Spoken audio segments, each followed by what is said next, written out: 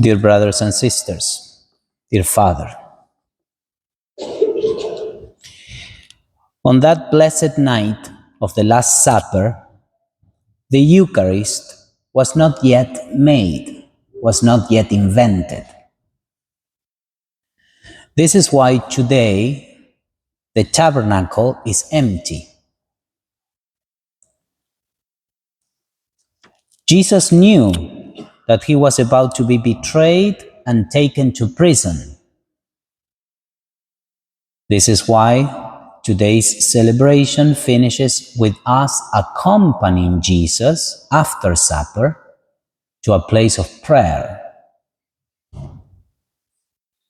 That supper was the last time Jesus could communicate with his disciples before his death.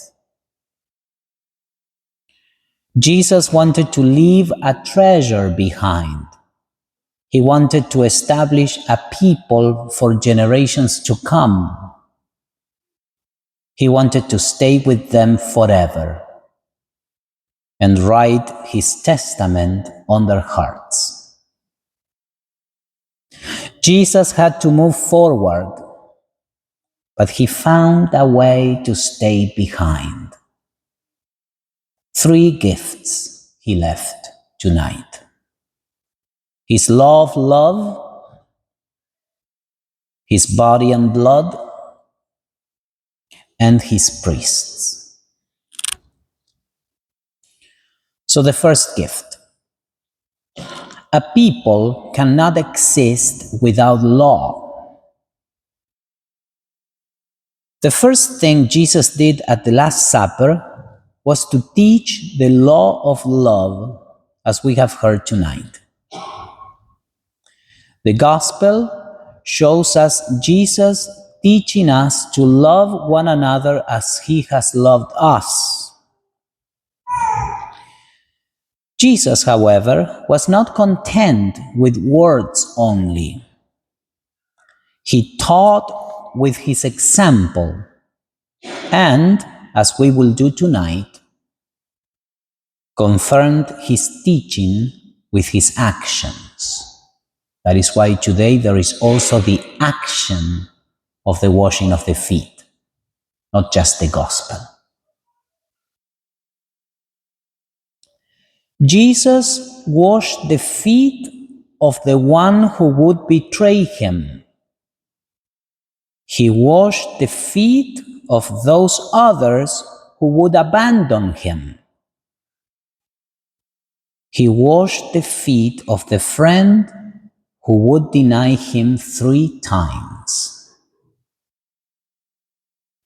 The law of Jesus, the one he left us, is loving everyone, not loving just those from whom we expect to be loved in return. How easy it is to love the people who are efficient, the people who do what we want, the people who do what we ask. How easy it is to love them. Jesus tonight washed the feet of his traitor and of the friends who abandoned him. He knew, and he still washed their feet. Jesus left a law of love, a love which is not the approval of sin, but forgiveness of sinners and strength that gives victory over sin. The second gift: a law is not enough to keep a people together.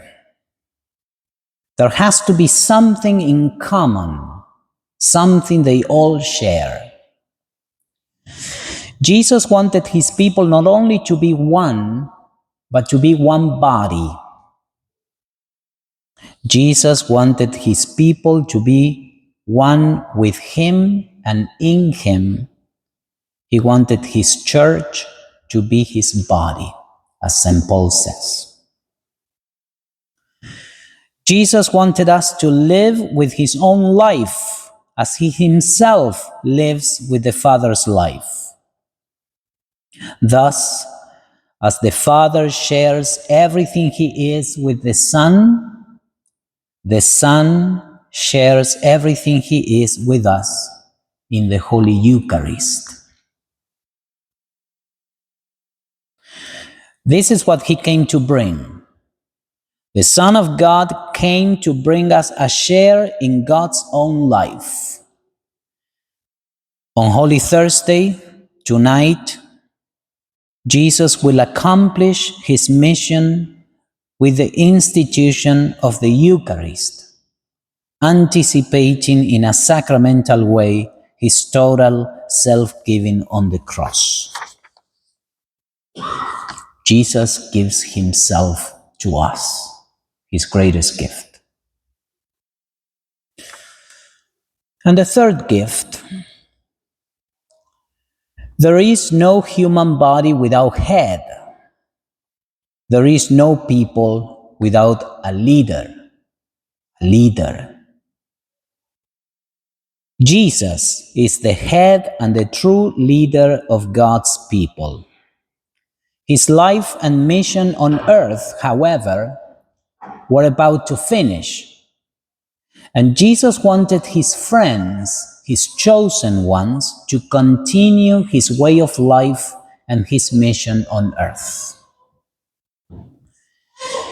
Jesus wanted someone to feed his sheep.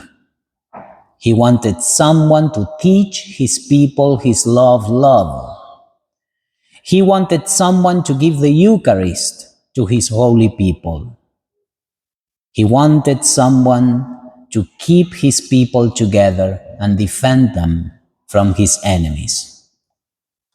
And so he said to the apostles, "Do this in memory of me." He gave them the power to do what he had just done. Jesus keeps calling others in the same way. Jesus calls them tonight, today and always down the centuries. Do this in memory of me. May other men from our parish, men from our families, may they also accept the call to serve God's people as priests.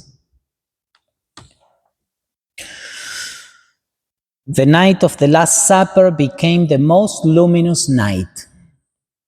Jesus illumined our minds with the perfect law, the law of love. He also set the table on fire with his Eucharistic presence. And he set a light on the lampstand to illumine his house, a torch on the mountaintop, someone who could continue to shed light on his people and put fire on the altar once he had left. And all of that Jesus did to keep us in communion. Communion of love with one another. Communion with him through the Eucharist. Communion in one church and in one Eucharistic sacrifice through the sacred priesthood. Let us tonight, receive these three gifts. They are Jesus' testament. Before his death, he left us what he considered the most important: the law of love, the Eucharist, and the priest. How important are they for us? How would our life be without these gifts? Would it be like a desert? Or would it be more or less the same? How do we receive the Eucharist? How do we receive the priest? We sometimes are not very nice.